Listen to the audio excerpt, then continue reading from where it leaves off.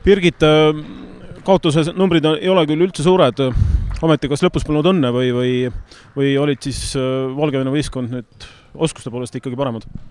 Noh, ma arvan, et pigem, et selle lõpu peale ei saa nagu seda asja ette, et esimene poolaeg läksime natuke liiga tuimalt peale ja lasime seal korvi all ikka neil korralikult hullata, et selles mõttes positiivne, et tulime mängu tagasi, aga noh, nad domineerisid selles mõttes terve mängu, et väärisid see võitu täna rohkem.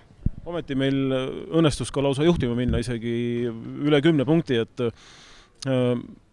miks nagu see vahe nagu nii kiiresti vähenes, et ei olnud kas meie mänguks valmis, milles see probleem oli? No praegu on raske öelda kohe niimoodi peale mängu, et laua me vist esimene poolega isegi võitsime selles mõttes, aga kaitses kuidagi ei saanud pidama täna ja noh, rünnak oli ka neid palli kaotusi, ma ei tea, palju neid kokku lõpuks tuli, et neid oli ka natukene liiga palju liiga oluliste kohtade peal. Peatreener Howard Fryer oli vahepeal üsna pahane, et millest selline niisugune väikene pahameel tal põhjustatud oli? No eks need korvid tulid liiga lihtsalt, et esimene poolaeg seal üks Brika vist viskas lausa 20 sanga, et see on natuke liiga palju.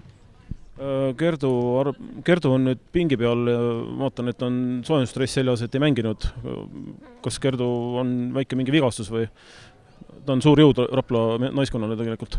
Jah, et Kerdul on käsi oli kipsis ja nüüd on ortoosiga, et läheb veel paar nädalat aega enne, kui ta väljakule tagasi tuleb. No Birgit, järgmine nädal on uus mäng juba, et ka jälle kodusaalis, isegi vist 2 mängu järjest 2 päeval, et on naiskond valmis niisuguseks pingutuseks, 2 mängu nagu järjest 3. neljapäeval?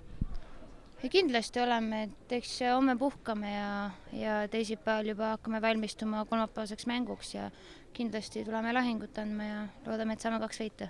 Ootame seda, aitäh Birgit ja tänu naiskonnale! Palun, aitäh!